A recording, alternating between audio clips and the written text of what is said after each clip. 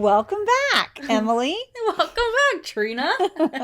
Welcome to the Mind Your Heart podcast. Yeah. Today, I'm so excited. We Yeah. have our first official guest. Yay! This guest is In the best. studio Yeah. as well. That's True. the other bright spot of this. In-person guest, Yeah. yes, which will...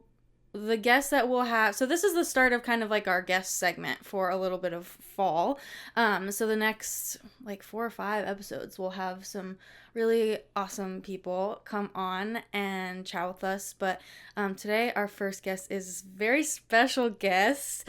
He's all right. We love him so much. We do love him so much. He, is one of the very best people that I know. I mean, you can probably guess. He's a blessing and gift to our whole family. Yeah. So we have Jake, my boyfriend. Hi. Hi, Jake. Hi. How are you? I'm doing good. How do you feel about that intro? It's pretty good. Okay, thank you. We think this is going to be an interesting interview because Jake is normally a man of few words. That is his thing. That is true. However, lately, I have felt like that you've definitely been more talkative. I even said this at the beach house, which is kind of one of the reasons we even talked about doing this episode. Yeah. Because I was like, wow, Jake seems so happy. Are things going good at work? Like he's so much more talkative and like you were really invested in the games. And I don't know. I just noticed like a brightness. I mean, you have always had a great personality and you're wonderful. But it was like, I don't know. It was as if you were like completely awake and just, like something was different. Yeah. And something was different. So that's kind of what we're talking about today. So I guess like our lead into this would be like, could you kind of explain like how the difference between what you were feeling before you took medication and when you now are on medication and you're not in the stage of it being like you feel like you're going to throw up all the time? Yeah. So the best way that I can like describe it is like before medication, I was feeling like pretty anxious, at the time I didn't necessarily know that it was like depression. But being on the other side of it now, I'm like, oh yeah, like I was depressed. And just like things that would give me like joy in life or the basic joys in life didn't, or didn't as much because like things like doing little things around the house or like, I love Starbucks, shout out Starbucks. Like that wouldn't even necessarily bring me as much joy as it used to. But then once I got on medication, it was kind of like a new whole perspective. Like you were kind of saying, like it felt like my mind was unlocked in a way. Like there was just a sense of clarity that after the negative side effects. Yeah, because that was for like, a couple weeks, I think? Like 3 or 4. I don't think it was 4 weeks. Because it was when I was on half and then on the full. I think it was like 2 to 3. Well, I mean, he probably knows how he felt. Yeah, I know. But I mean, he was also like really good at communicating it. So, but yeah. Either way, it was a rough transitionary period, but I stuck it out. You were very encouraging with that. And knowing that like you had been through what you had been through trying to find your medication, it was super helpful to have that modeled. Yeah. Yeah. I think, so I guess that, like, my question would be also, like, what made you be like, yeah, now I'm going to start medication? Because before you took medication, like, I had definitely encouraged you to, like, see a psychiatrist and see what they even said, like, about taking medication prior to you doing that. So, and for a little while, I feel like that was something I was like, oh, maybe, like, you should try and see what happens. So, like, what was the thing... Or can you even pinpoint the thing that was like, okay, yeah, like I'm going to do that? Yeah. Like at first I think what I was outwardly showing was like, oh, it's too expensive. We can't afford that. Like I know how much like meds can cost. And like, I know like from your experience, like, oh, you had a psychiatrist, it was over $100, and I was like, I can't do that on a Yeah. regular basis. Mm-hmm. But I think what that really was kind of like a masking of fear of something new, and not necessarily knowing what that would do. Not for like the negative side effects, but I think like changing me personally. Yeah. Yeah. Because you feel like it's going to make you a different version of yourself. Yeah. Yeah. Yeah. And I've heard of stories of like, oh, people feel like zombies. Yeah, when which they're is on when it. people are over medicated. Yeah. So that can happen, but then you know that that's too much of a medication. It should never like can change your personality. Yeah. It should like enhance how you feel, and but not be, you're not a completely different person. Yeah. Right. Yeah, You feel like a better version of yourself. for sure. Not a non-version of yourself. Yeah, Yeah. And that's definitely like what I feel now. But I think that was like a big thing for having a fear of doing it. But I think also it kind of like me, like my mental state kind of got to the point where I was like, I don't really know what else to do. Like you had even said, like, you seem like depressed or like down or like unhappy. And I was like, yeah, like I do feel that way. Yeah. And like, what's the harm? Like, I'm still under 26, so I'm still on my dad's plan. So shout out, Dad. Yeah. Shout out, Tony. which is actually a really good thing that we have in America. Honestly, like that's a we Very should grateful. yeah, yeah. I mean, why not? Yeah. Be on, be able to be on somebody's plan. Yeah. And so having that monetary cost, I was like covered. I was like, well, you got no more excuses. But then also like just your encouragement of, I think you could really benefit from this. And I just went online while I was at work, and just looked up psychiatrists in Tampa or Brandon or whatever. And then I found one on telehealth, and she was super cool. The way I could describe it is like she was like big sister vibes. And so it was like I felt very comfortable. And she was like, we'll just start you on something small, but it was really good. Yeah. It was definitely like, and I think, and you can tell me if you agree with this or not, but I think like almost having my like kind of shitty experiences with psychiatrists, I was also like, okay, this is what you're gonna look for of if this is working or if it's not. And I remember like you, after your first appointment, you were like, yeah, like that was really good. And she like wants to start slow, and like she also wants to incorporate like different like eating habits to be better, my sleep. And I'm like, good. Excellent. I'm like, perfect, check. Like then like she knows what she's doing basically, because it's like you have to vet the person. You definitely do. It makes all the difference. Even like, I mean, for me as well. And also I say the number one thing is actually finding a psychiatrist and not a general practitioner. I don't think general practitioners have any business prescribing these kinds of medications, and it happens all the time. That's crazy. It's crazy. And actually in Canada, where they have, healthcare, like really good healthcare, they have to go to a general practitioner. They can't go to a psychiatrist. Isn't that real? Yeah, I think that's upsetting. So why? Why can makes they? you ask that they're question. just very much about like the general practitioner, like is the one that's in control. Are they trained differently then? No, they're not. They need to go to psychiatrists. They just don't have access to psychiatrists like we do. So it is really crazy when you think that, they're so much more advanced in this area. They're not. Is there more of like a controlled substance issue in Canada? Because I I'm don't like, think so. It's just that, I mean, I really feel strongly about this because I've had a OBGYN try to prescribe these kinds of things to me.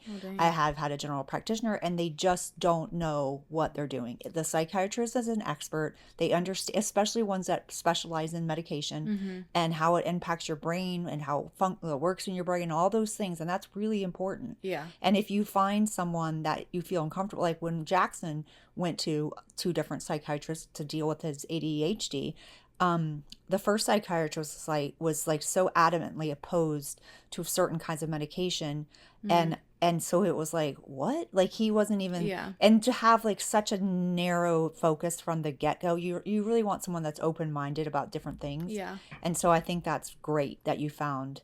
I've had some good luck and some not so good luck. And when I found a psychiatrist that I had for years and years, I loved her. She was wonderful. And it made all the difference. Yeah. And I was able to bounce things off of her. And also for you and I, like the way that our bodies metabolize certain medications, like I kept running into this isn't working anymore. Now I have Yeah. to try something else.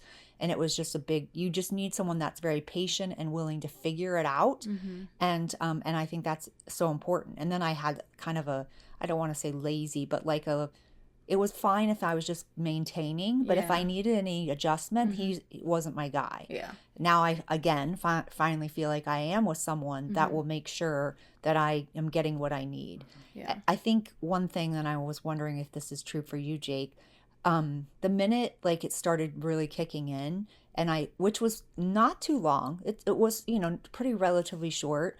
I felt like I wished I had done this sooner, because it was like you don't even realize that you're walking around with a little bit of like a dark cloud over your head until you're like, holy crap, I can see. Like this is I feel so much better. That's how I feel. Mm-hmm. So much better. And even when things stop working sometimes for me and I have to make adjustments, the way that my depression comes out is anger. And I'll all of a sudden be like really pissed off at things. And I'm like, why am I so mad? Like the lady that, cut me off in traffic is, the worst thing ever. And I'm like, something's going on. Like I'm really mad about things that don't need to be so mad about. And again, the minute it's adjusted, I'm like, whoa, it feels so much better. Yeah. Yeah. Well, funny story. The first time that I ever felt any like reaction to it, or like the first night I took it, it was a full dose. And I was like, I looked at Emily and I was like, I feel like funny. It Yeah. felt like I was like tipsy and like high and just like wonky. Yeah. I was like, I just feel so silly. Yeah. Like that's like the best way I could put it. Is like I just felt silly. And she was like, well, it's okay. Like she was very patient and very kind and very nurturing. And then so she's like, you could just go down to half. Yeah. No, it was huge because I was like, I feel strange. Oh, he was like, I feel like my whole body is vibrating like all the time. Huh. And I was like, okay, well, like you're putting something foreign like into your Here's body. your brain chemicals are being adjusted. And so. I'm like, so like that's not like a shock. I'm like, do you feel like okay enough to like that we can just monitor it? Like where are you at with that? And so then we started kind of coming up with a way to like scale like where you were at on like the danger level. Yeah, I never felt like I was really like in danger. It was just because like I knew we were in a safe space like with you and all of that. But the first clarity, the best way I can describe like the biggest change from pre-medication to post-medication is just clarity. I think the first time, you could correct me if I'm wrong because I feel like I told you, is we were in a staff meeting and I had been called on for something. It wasn't like an aggressive or I gotcha called on. Brian, the lead pastor, is kind of like, Jake, how do you feel about this or whatever? And I like responded and I didn't feel any anxiety. Yes. In the past, it was kind of like I would get called on and like my hand would start to shake. And like my voice would tremble and things of that nature.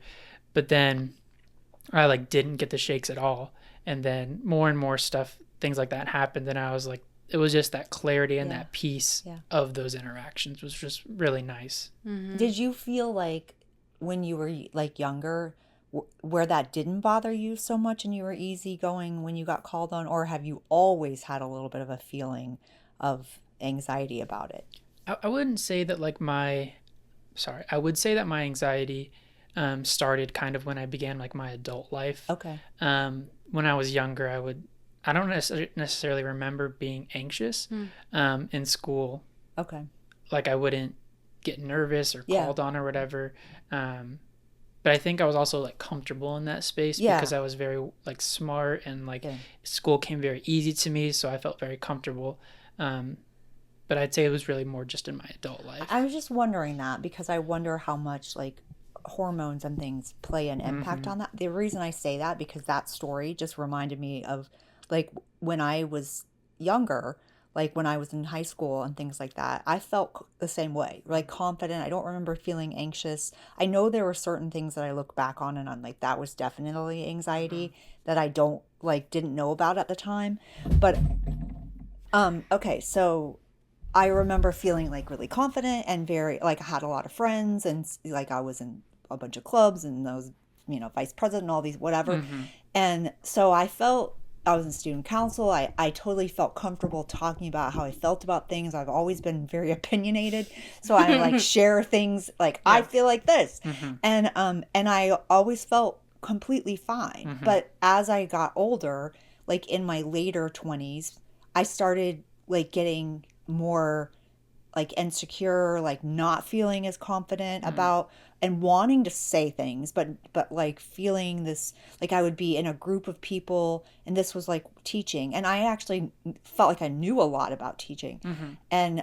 And I would feel like, oh gosh, I didn't know that was anxiety. Like I had no idea that was anxiety, but then when I started taking the medication, I was like I felt like myself again. Mm. I was like, oh, I have something to say about that. And it would pipe up and not feel like scared or Yeah. whatever. So I just remember feeling like this was me. Like this was the real me. Mm-hmm. Like this is how I was. And then I somehow wasn't. Does that Yeah. make sense? Yeah.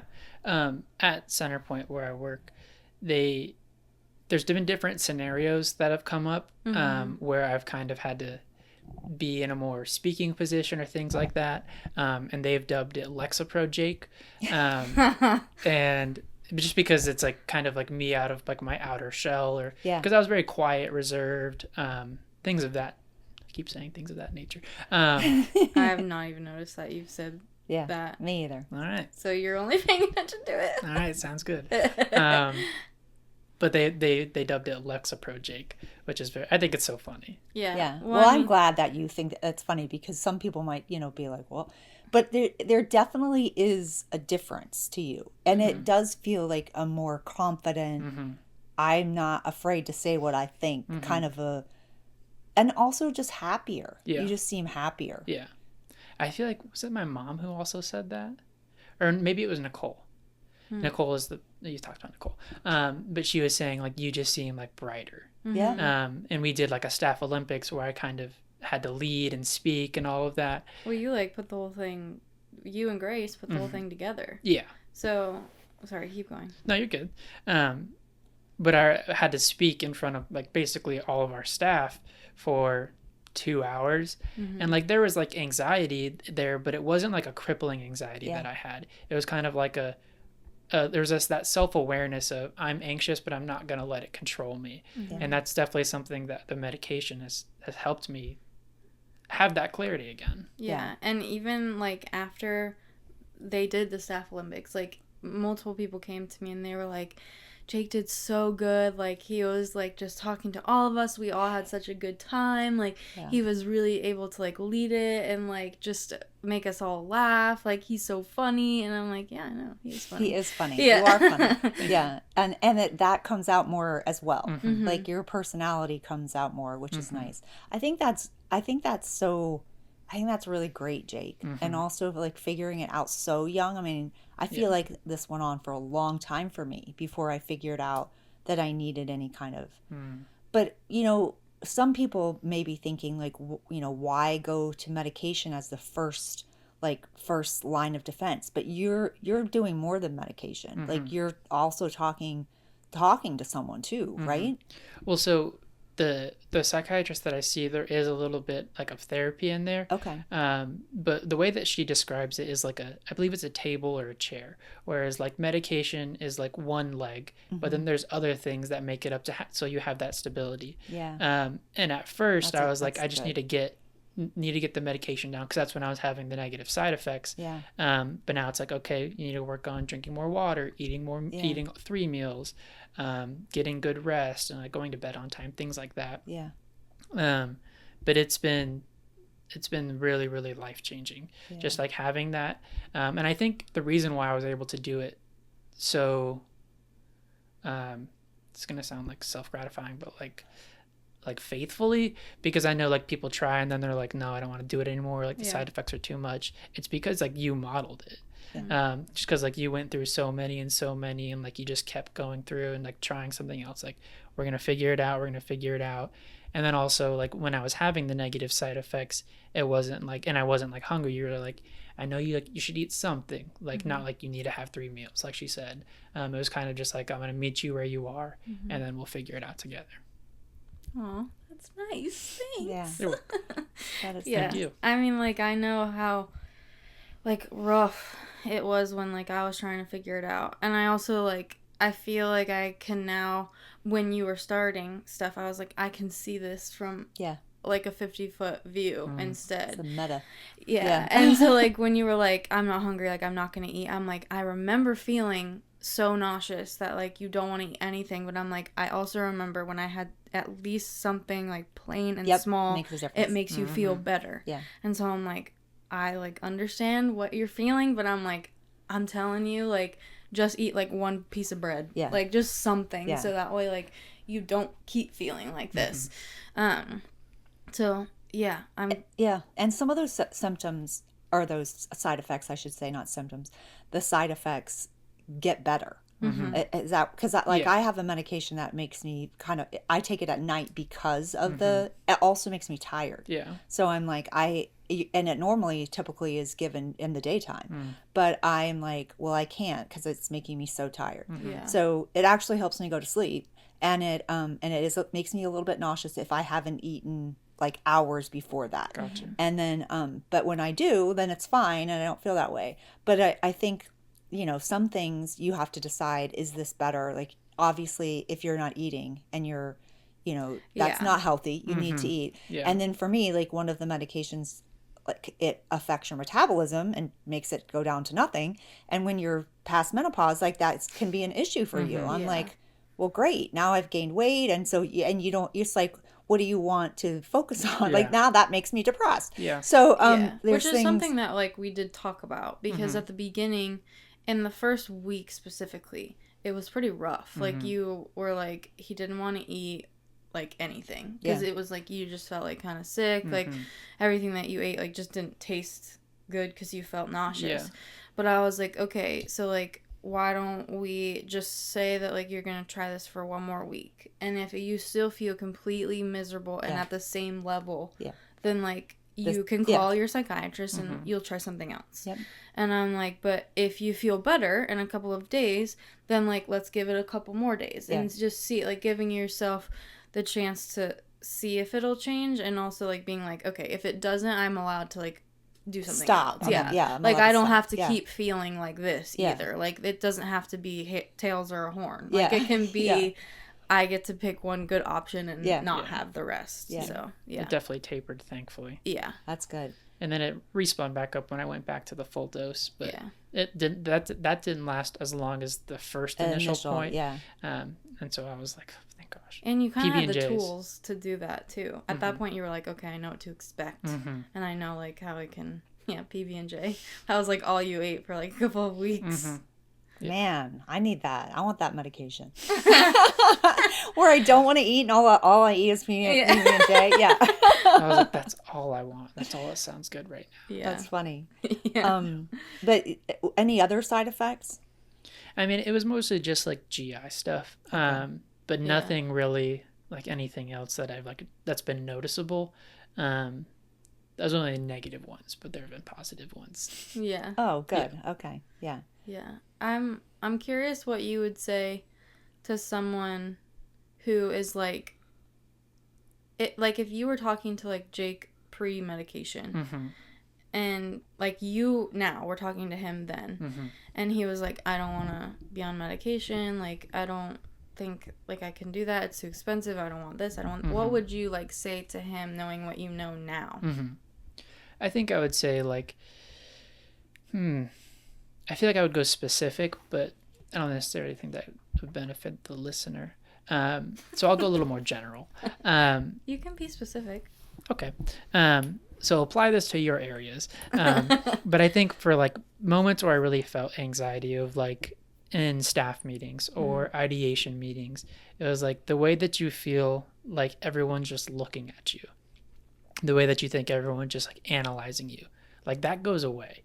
There's going to be some trials in the beginning, but it's going to stop. There will be, you will see some shortcomings, and, like, your different aspects of your life, but you will have the clarity and the focus to be able to improve upon them. To have that retrospection is retrospective. thoughts. It's really helpful. Yeah. And so like just try it, take a leap, find people around you that'll help you, and you'll be okay. Yeah. Yeah. Yeah. And what do you say to people that they're scared Mm-hmm. of side effects, or Mm-hmm. they're scared of, I mean, and a lot of times, like the most common ones that people worry about, are like not eating, or some people worry about gaining weight, some Mm-hmm. people Mm-hmm. worry about sex drive Mm-hmm. decreasing. Like I know that's a big one that people say. Mm-hmm. They're so concerned about the symptoms Mm-hmm. that they are willing not to try Mm-hmm. because they are so worried about that. Mm-hmm. I mean, I think for the symptoms issue, you can figure out which medication is right. I was very lucky when it was like a first try. Mm-hmm. That works. It Yep. works good. No symptoms. That was very great. But even if those symptoms didn't subside, I think I would have still continued. Yeah. Just because like I knew what it could do. Yeah. I knew the positive benefits of what was possible, and so I think like you can keep the negative symptoms in mind, Mm-hmm. but you can't let them rule your decision. And I know that's very easy to say now that I'm on this side of Yeah. medication, Yeah. but just stay strong on that. Like the right medication, the right, I don't want to say concoction, It kind of but the is. right Yeah. build of meds is out there one way or the other. And so finding a good psychiatrist and all of that and that support system is huge. And you Yeah. can do it. Definitely having like a support system with it too. Yeah, I think agree. sometimes that's like the drawback for some people, as they're like, well, I don't know, like I can't do it like by myself, and like I understand that because I think like it's like if you're not in the place like you were, where it's just like kind of like a, you try the first one and it does work, and you're more on this end of it where you try Yeah. all of them, 15, Yeah. 20, yeah. then you need someone to be like, okay, well, like what is your psychiatrist saying? Like what are they doing to support you? Are you also doing this? Like how can I help? Like, and finding the person is also hard. And I've told this to many of my friends, like when they talk about like thinking about getting medication, I'm like, if the finding of the psychiatrist is the part that's holding you back, like let me help you. Like I will, like, give me your insurance information and tell me like your radius of where you want them to be, and or if you want them online, and like we can look together. Like find someone who will do that with you and who like knows what to look for, because I'm like, I remember when I was first trying to find like a good psychiatrist, and it's so overwhelming. Like It there's is. just Because you already feel depressed yeah. and anxious. And Yeah. so everything feels like a lot of work. And Yeah. that's actually one of the symptoms of depression. Yeah. It feels so, I can't figure it out. I can't take the time to figure it out because I am so exhausted and everything feels so Yeah. hard. Like you can't even really get out of bed, so how are you gonna like Yeah. open your computer and start researching like Yeah. doctors in your area? So like find somebody who like, for like, I feel like I'm that friend like for people. I'm like, if you need me to do that, like I will find them, and I will go as far as making an appointment, giving them your number to Yeah. call for Yeah. the rest of the information. But I'm like, it's there, you can always put hurdles Yeah. in front of you, but to me, and especially like where I was like at an extreme and you were getting to a point where you were like really unhappy, it's like the choice is like you can ask for somebody to assist you and then like not feel like this Yeah. anymore, or you're just gonna keep spending your life like kind of miserable. Yeah. And yeah. it doesn't have to be that way. Yeah, it doesn't. So that's doesn't, kind of yeah. where I'm like, you like just ask someone to help you. Like that sounds hard, and it's not like a just simple thing, but like message someone, call someone, talk to someone that like you trust, is like your friend, your parent, your brother, your sister, whatever, and just ask them like, can you help me find some people, and like ask them to call them and give the office your number, and then they'll call you. That makes it easy. It takes something off of you. Yeah. Like just taking it like those steps at a time and then letting somebody help you is like Like, you don't have to stay here. No, yeah. And that's the thing that I think all of us would agree on. Like it feels so much better being on the other side. It Mm-hmm. is such a significant difference Mm-hmm. that it feels worth whatever you have to do to get to that Yeah. because it just feels so much better. Mm-hmm. Yeah. So I think that's really important. Also, when you said that about the table and being like, eating and food and diet being an impact, and then medication, but also like counseling. I mean, you two are going to couples counseling, Mm-hmm. correct? Yeah. So like having that part as well. Like when I first started medication, I that wasn't the first thing I tried. Like I actually tried counseling, Mm-hmm. and so I think some of those parts can be very helpful Yeah. as well. But that doesn't fix everything sometimes. Yeah. Sometimes there's like an actual chemical issue, an imbalance or Mm-hmm. whatever in your brain, and for me, when I first started taking it, it was like felt like a stigma. At least now it feels less Yeah. in the world. But I mean, this was, my gosh, how long has it been? I mean, I guess around the amount of time that you, maybe a little less, but like at least 20 years or so. But my initial goal was like, I don't want to be on medication for the rest of my life. And so we were like, that's not the goal. The goal is to like get you stabilized and then we'll go take it from there. And I mean, it ended up through trial and error being that no, you do have to take medication for the rest of your life. Mm-hmm. It's like having to take insulin for the Yeah. rest of your life. Because I have a low serotonin level, it's not anything that I can do anything about Yeah. besides what I'm doing. Yeah. So, I mean, and then exercise and things like But that you're are already important. doing those Yes, I'm doing things. those Yeah. things. So but that's okay. But it's like coming to terms with that as well. Like to me now that sounds so like, why was I ever worried about that?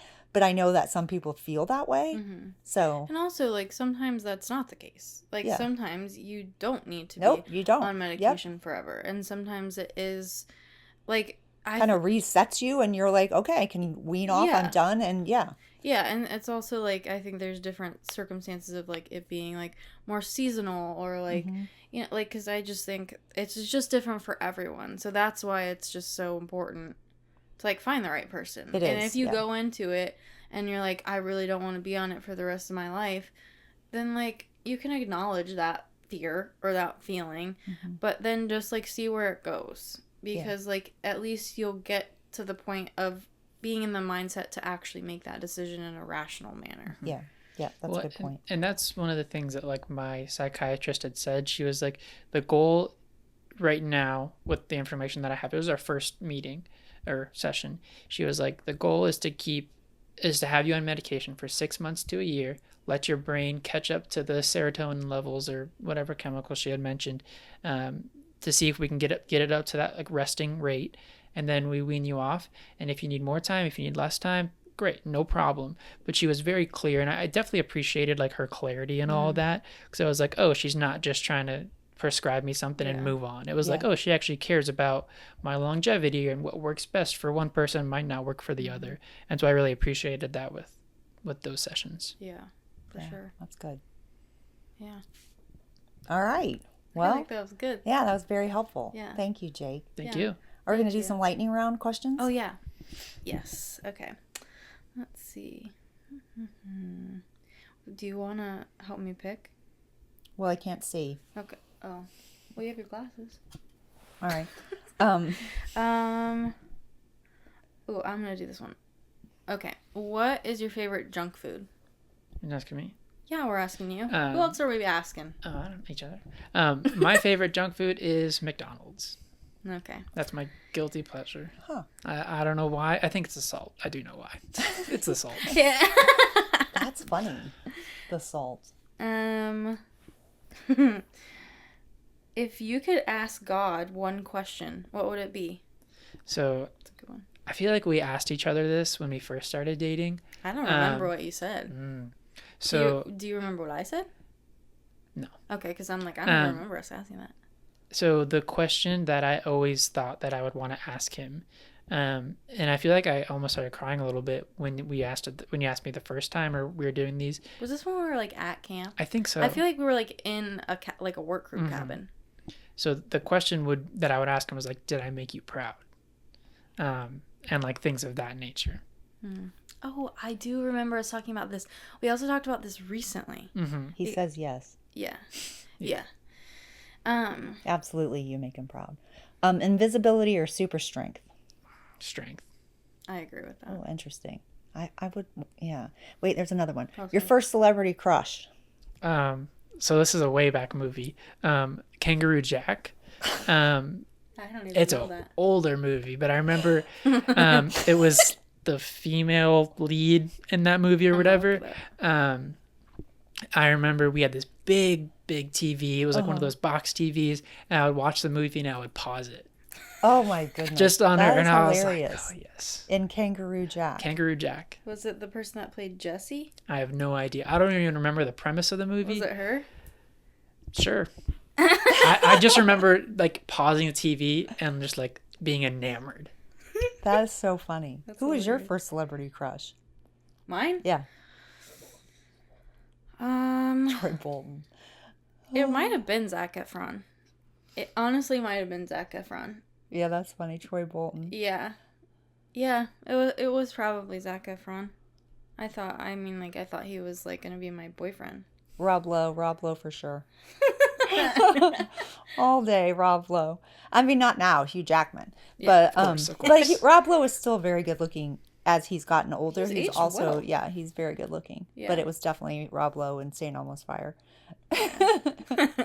Yeah, Zac Efron's not my celebrity crush anymore, Yeah, but I like him. I think he's a good person, but I also am like, he is like so like jacked.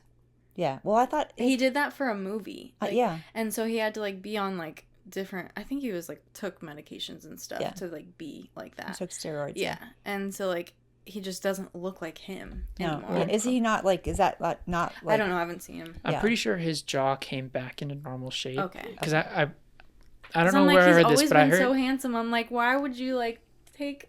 Well, he probably didn't think about the effects of his face. well, so Yeah. I heard that he slipped and fell in his house and had to get jaw reconstruction surgery. Oh. So that's why it looks inflamed and puffed because Okay. they were doing Poor surgery Zach. on that. Yeah, that stinks. All right, I think that's good. Yeah. Thanks for coming on here and telling us all your dirty secrets. Those Yeah. are clean secrets. Yeah. Thanks for having me. So don't forget to mind your heart on Mondays. Yeah. And you can subscribe if you're watching on YouTube. Subscribe so that you get notifications whenever we post a new video. If you're listening, then leave us a review. Give us 5 stars because you love this podcast so much. And if you are interested in any like kind of free coaching where we could answer your questions and go over the scenario, then you can click the link below for that. But that's it. We will see you next Monday. Oh, and happy almost Halloween. Oh yeah, happy almost Halloween. How did we forget about Halloween? Yeah. We just jumped right in. We didn't. Yeah. Yeah, I know. So well, happy Halloween. bye.